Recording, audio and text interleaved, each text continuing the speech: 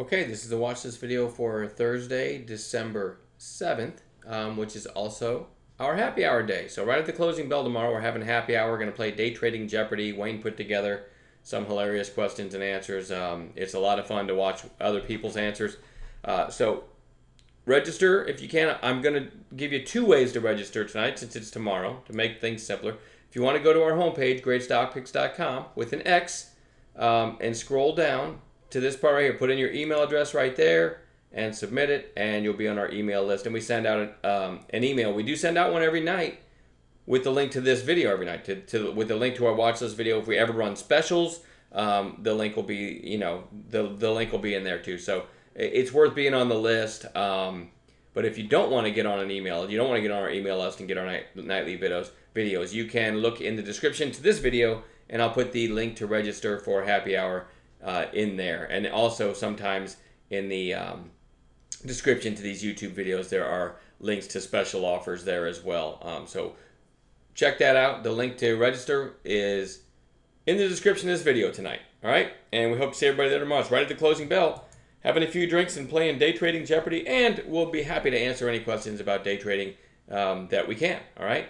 That's the wrong chart. I always want to start off with the SPY and the daily. So SPY, just a very narrow range today. Kind of came right down to the 8-day. If you go to intraday, you see it was just a total chop fest, right? This is the opening 5-minute candle, just a complete chop fest. It ended up closing a little bit above the open, but overall just a choppy day. Still some nice trades in the chat room. Here's what I've compiled for the list for tomorrow. CERC was on Bounce Watch for today. Now it's down in that buy zone between the 8 and the 20-day. Almost hit the 20-day today. So it goes on Bounce Watch again for tomorrow. No trades in it today. CUR, an inside day after this huge move. I said this thing was way extended, right? After that huge move. Now you got a kind of I don't want to say quiet, but much lower volume inside day. So sometimes we get a third day play there where they turn right back up. Absolutely want to watch for that. Typed that wrong. OHRP. This was on Bounce Watch today, but I said it really needs to, come in another red day, and it really kind of, I'd like to see it get down to this area, the buy zone we talk about, but we'll see. Much lower volume today. This one's worth watching for a turn already tomorrow, but we'll see, right? It feels like it needs to come in a little bit more because it's still kind of far from the moving averages. It certainly goes on a chart. TAT had a really nice move from like 70 cents to $1.35 or so, and then 2 days lower on lower volume. We're going to look for a turn back up in that one tomorrow. APRN also had a nice pop here. Couple inside days. That one might break out again to the upside. CVO had a nice trade in this one today, and I really like the chart going into tomorrow. You had this big spike from 77 to $1.60. It did nothing for almost a week, right? But it was on watch, and I called it long today. As it was getting volume, I said if you can still get in, I said CVO is getting volume, if you can still get in under yesterday's high or at yesterday's high, which was 95 or 96 cents, there was time to get in, but you had to be quick. But if you had it on a chart, which you should have because it was on our watch list, speaking to people in our room anyway, there was a possible entry anywhere in here before it broke yesterday's high, and it made a really nice percentage move, flagged, it made a nice secondary move, and on the daily, I love that, the extra volume today coming out of support. And again, the other day it ran to $1.60. So this one really looks good for a potential long. All right. Probably my favorite one going into tomorrow. ASTC had a huge pop, quiet inside day, and then another huge pop today. Unfortunately, the huge pop most of it was at the open. And so I didn't get any kind of trade in it. But it ended up closing pretty darn strong. And it's worth watching. I'm stuttering because I keep thinking I did take maybe one trade in it, but it didn't go very far. I wish I'd have seen that early pop. And I'll tell you what, let me go back to 5-minute candles real quick. This is a really nice setup that we teach in the course right here on a stock that is, really strong a couple days ago. Then we had the quiet inside day, and then it pops early. Then it had its nice consolidation. On this candle, as it's getting this little extra volume spike, you've still got the high of day above as a catalyst. On this candle, this is a buy right here all day long on what we teach in the course, one of our Tokyo plays with catalysts above.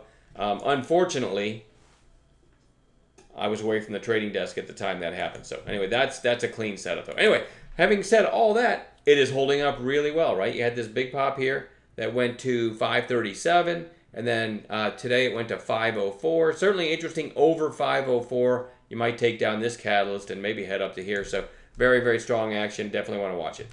PXS, I don't know. I was on the fence about putting this on watch. They did an offering, I think, at $2 or something, and this thing's been insane. You know, a couple sessions ago, this was over $12 for a moment, and now it's all the way back down here. It closed at $3.91, I guess. Yeah, I'm gonna have it on watch. Anytime you can move from $2 to 12 in a couple sessions, even though it's almost round tripped pretty quickly and had kind of bad news with the offering at 2, it's still one that we want to watch because it's just, man, when it does move, it goes insane. So it goes back on watch tomorrow.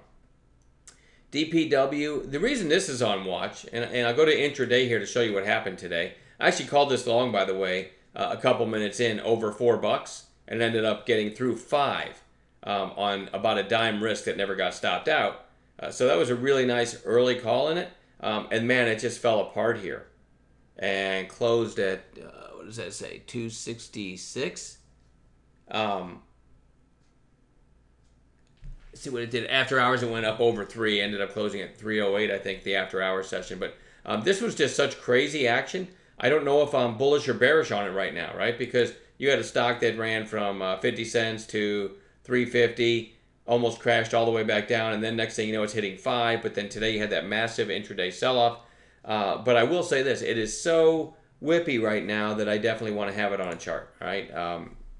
So DPW goes on a chart. VTGN, huge pop today on an intraday basis. You can see it gave most of that back really in the last 45 minutes or so. So overall for the day, it held up pretty well before closing all the way down here. So I don't know. That one might be worth watching for a red to green. And lastly, I have SEAC, which doesn't really have a particularly interesting chart to me, other than the fact that it's trading at 374 in an after-hour session. So let me pan out here and see.